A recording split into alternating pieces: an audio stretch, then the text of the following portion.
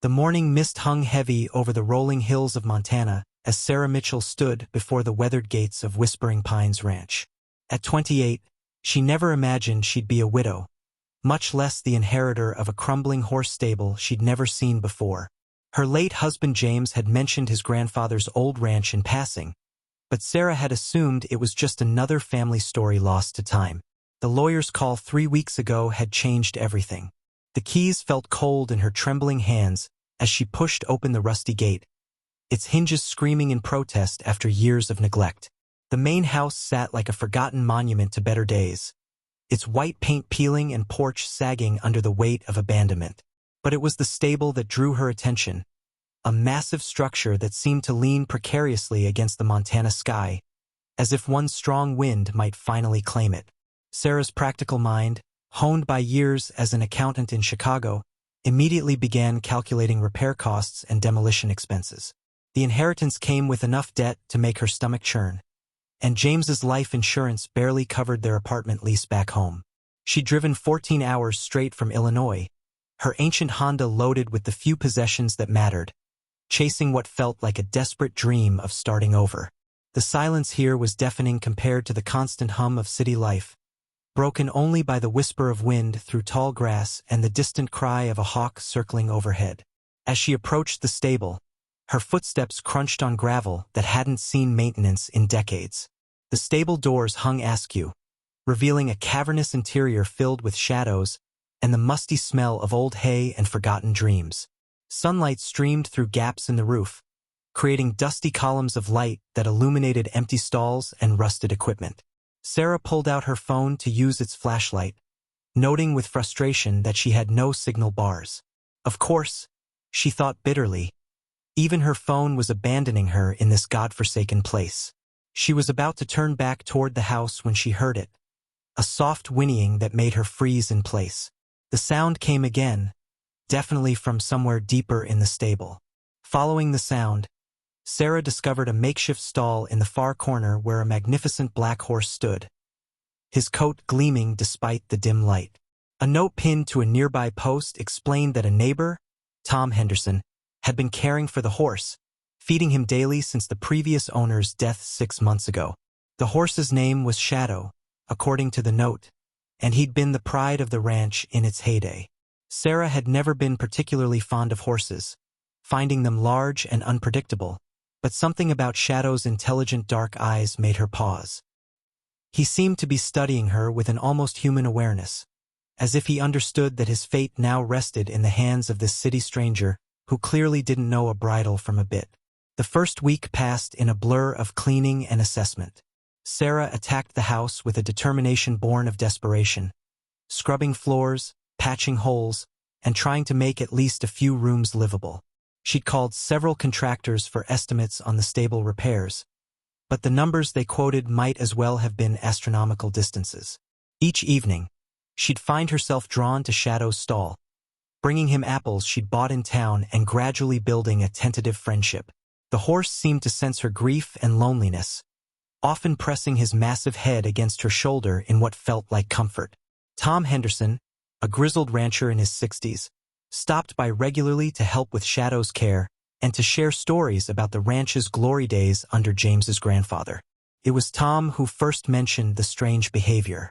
Shadow had always been well-behaved, he explained, but lately the horse had been acting peculiar, especially near the old oak tree behind the stable.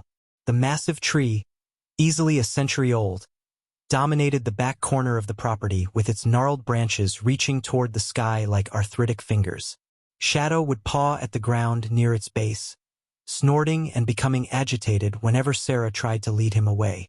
Tom chuckled about it, suggesting the horse might be remembering some old routine from years past, but Sarah noticed a flicker of uncertainty in his weathered eyes. The behavior escalated dramatically on a particularly gray Tuesday morning. Sarah had decided to let Shadow out of his stall for some exercise in the small paddock she'd managed to clear of debris. Instead of enjoying his freedom, the horse made a beeline for the oak tree, his hooves striking the earth with increasing urgency. When Sarah approached to calm him, Shadow began to dig with his front hooves, his powerful muscles straining as he scraped away layers of packed earth and fallen leaves. The sight was both fascinating and disturbing. This beautiful creature suddenly transformed into something wild and driven by an instinct Sarah couldn't understand. She tried pulling on his lead rope, calling his name, even offering his favorite treats, but Shadow ignored everything except the spot beneath his hooves. The hole grew deeper, and Sarah found herself kneeling beside him, her hands joining his hooves in clearing away the dirt. She told herself she was being ridiculous, that she was enabling some kind of equine obsession. But something about Shadow's intensity convinced her that this mattered in ways she couldn't yet comprehend.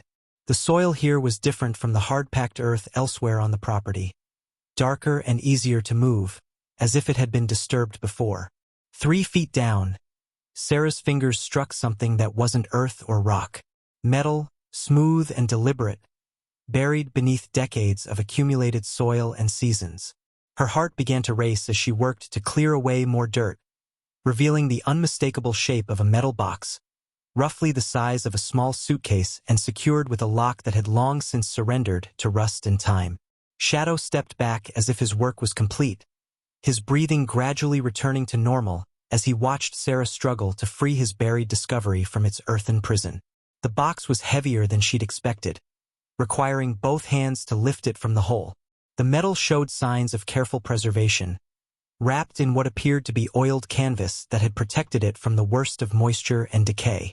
Sarah's hands shook as she carried her find into the stable, her mind racing with possibilities and fears in equal measure.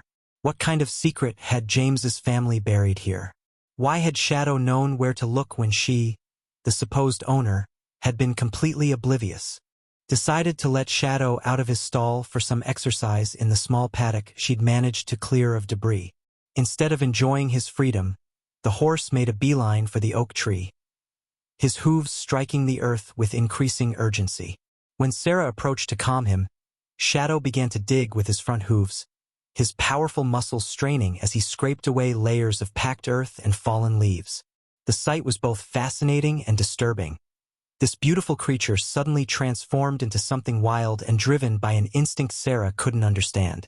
She tried pulling on his lead rope, calling his name, even offering his favorite treats, but Shadow ignored everything except the spot beneath his hooves. The hole grew deeper, and Sarah found herself kneeling beside him, her hands joining his hooves in clearing away the dirt. She told herself she was being ridiculous, that she was enabling some kind of equine obsession. But something about Shadow's intensity convinced her that this mattered in ways she couldn't yet comprehend. The soil here was different from the hard-packed earth elsewhere on the property. Darker and easier to move, as if it had been disturbed before. 3 feet down, Sarah's fingers struck something that wasn't earth or rock. Metal, smooth and deliberate, buried beneath decades of accumulated soil and seasons. Her heart began to race as she worked to clear away more dirt, revealing the unmistakable shape of a metal box, roughly the size of a small suitcase and secured with a lock that had long since surrendered to rust and time.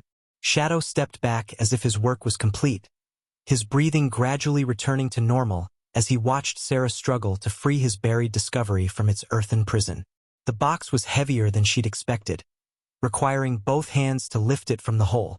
The metal showed signs of careful preservation, wrapped in what appeared to be oiled canvas that had protected it from the worst of moisture and decay.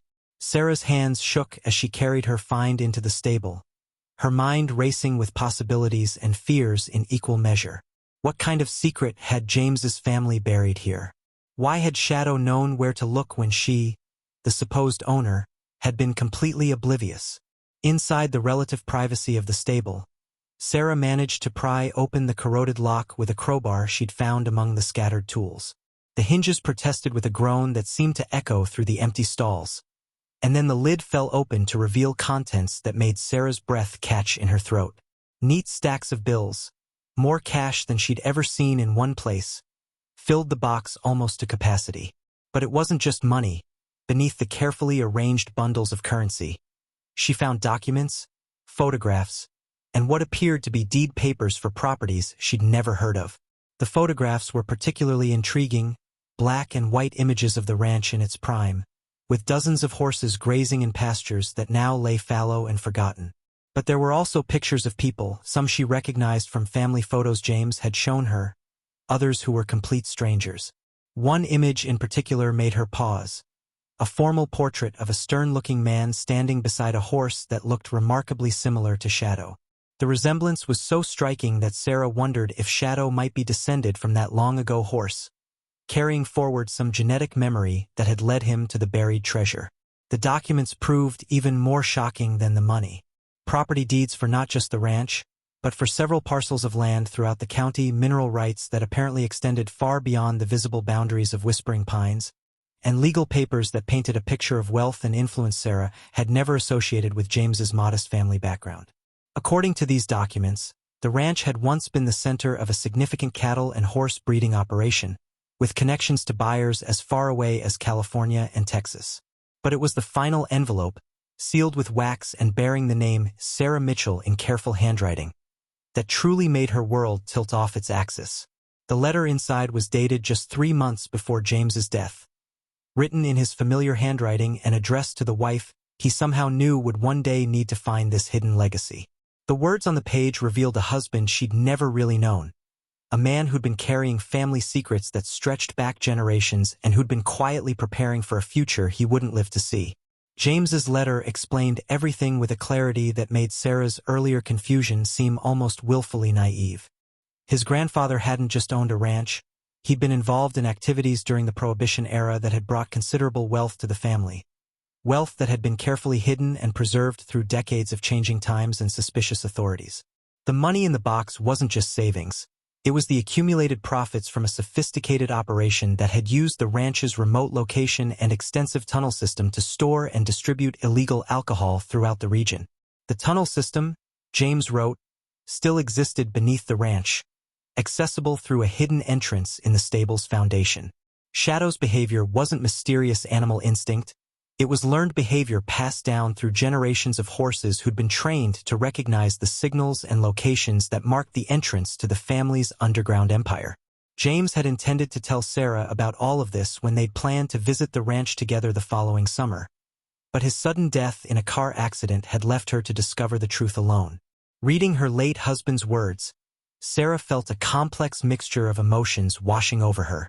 Anger at being kept in the dark about something so significant, wonder at the scope of what she'd inherited, and a growing excitement about the possibilities this discovery presented.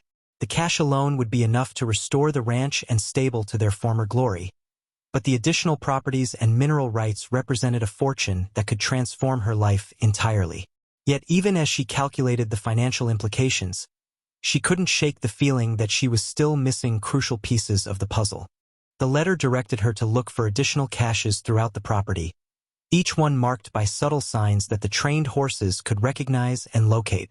Shadow, James wrote, was the last of a bloodline that had been specifically bred and trained for this purpose, carrying knowledge in his genes and memory that no human teacher could have provided. The horse wasn't just a beautiful animal. He was a living key to unlocking secrets that had been carefully preserved for nearly a century. Over the following days, Sarah found herself looking at everything on the ranch with new eyes. What she'd initially dismissed as neglect and decay now revealed itself as careful camouflage designed to keep casual observers from recognizing the property's true value. The ruins of additional outbuildings marked the locations of concealed entrances to the tunnel system. The seemingly random placement of fence posts and gates actually created a complex navigation system that the horses had been trained to follow. Even the overgrown pastures served a purpose, their wild appearance discouraging visitors and maintaining the ranch's reputation as an abandoned failure rather than a carefully preserved treasure trove. Working with Shadow, Sarah began to uncover the full extent of her inheritance. The horse would grow alert and focused when they approached significant locations, his behavior providing clear guidance that led to additional buried caches and concealed entrances.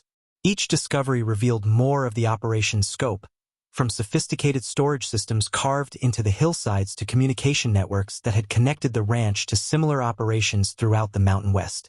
The careful planning and execution required for such an enterprise painted James's grandfather in a completely different light, transforming him from a simple rancher into a criminal mastermind whose legacy had shaped the family's fortunes for generations. But Sarah's excitement was tempered by growing awareness that she might not be the only person interested in the ranch's secrets. Several times over the past week, She'd noticed the same dark sedan driving slowly past the property, its occupants hidden behind tinted windows.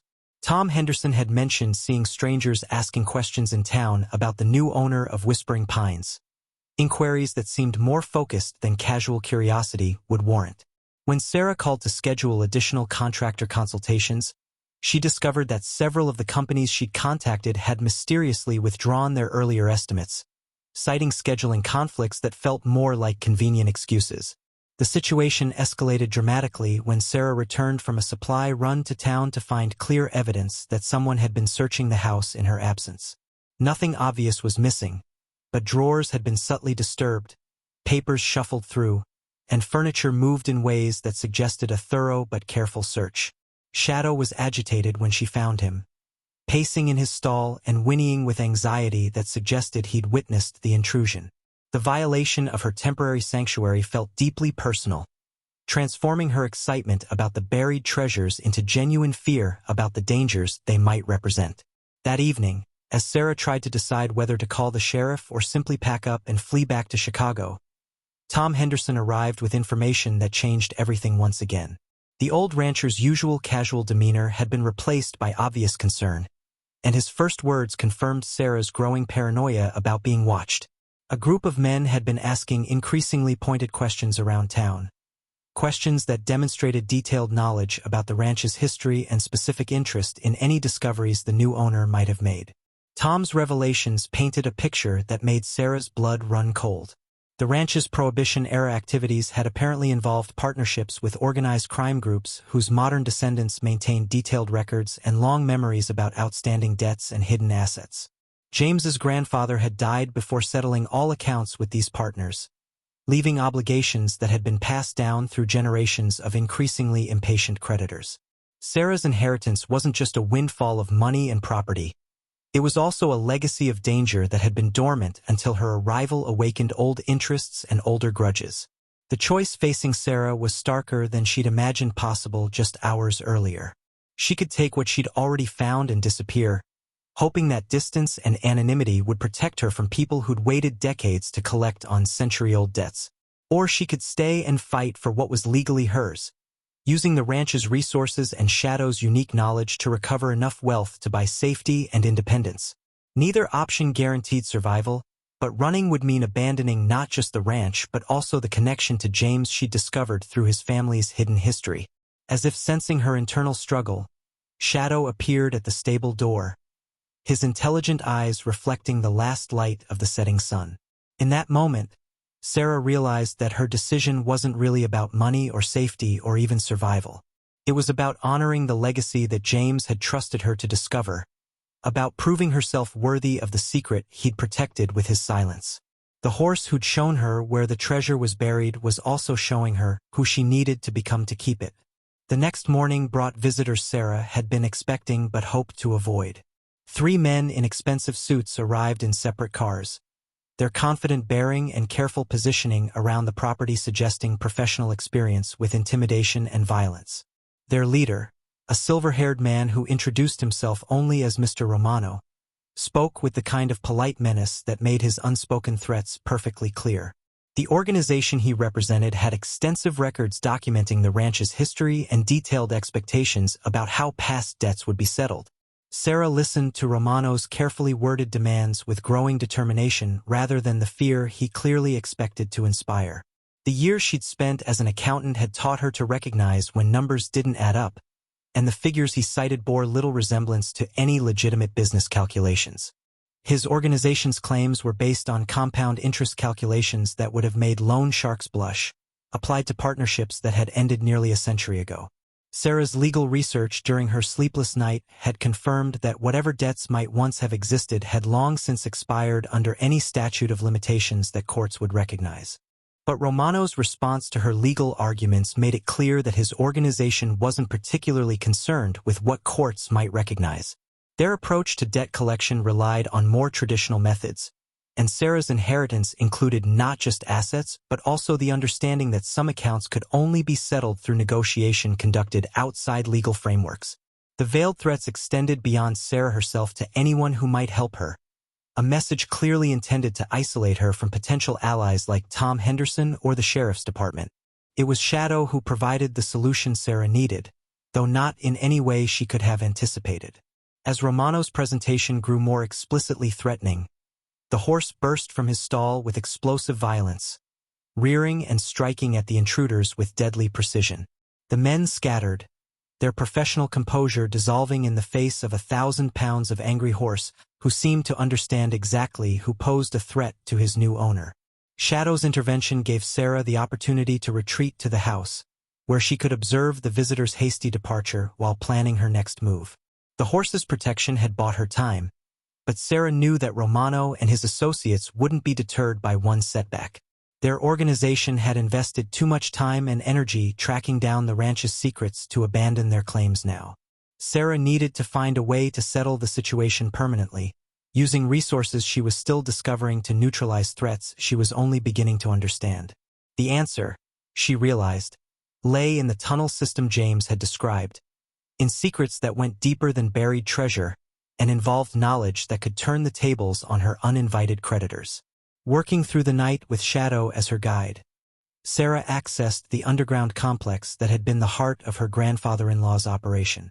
The tunnels were more extensive and sophisticated than even James's letter had suggested, incorporating natural cave systems into a network that stretched for miles beneath the surrounding hills. But more importantly, the carefully preserved records stored in these chambers documented not just the ranch's activities but also detailed information about the criminal partnerships that had made them possible. The files Sarah discovered painted Romano's organization in a very different light than their current respectable facade suggested. The same families who now demanded payment for century-old debts had their own histories of violence, betrayal, and unpaid obligations stretching back to the Prohibition era. More crucially, their modern activities included ongoing enterprises that would be extremely embarrassing to have exposed, enterprises that made their ancestors' bootlegging operations seem almost quaint by comparison. When Romano returned the following day, expecting to find Sarah weakened by fear and isolation, he instead encountered a woman armed with information that could destroy his organization's carefully maintained legitimacy. The documents she'd found provided detailed evidence of current illegal activities, complete with names, dates, and financial records that would be extremely valuable to federal prosecutors building cases against organized crime. Sarah's proposition was elegantly simple.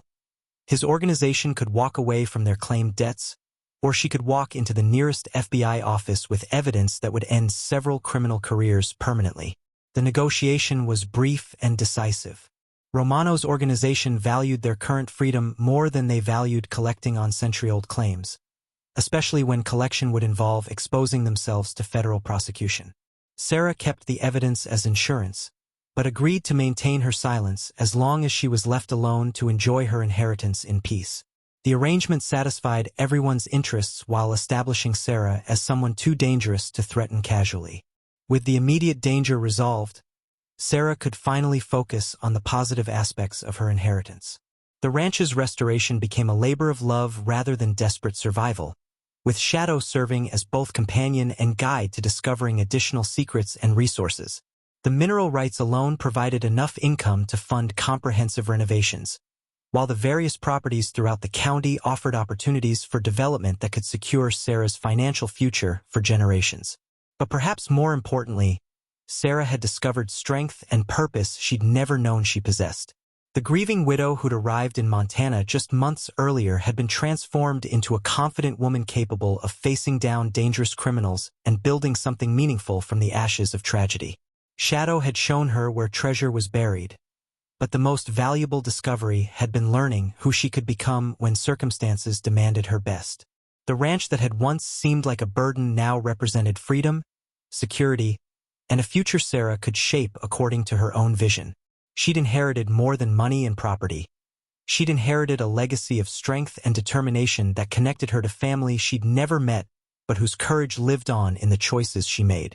Shadow grazed peacefully in pastures that bloomed with new life, his work complete and his owner finally ready to build the life that tragedy and treasure had made possible.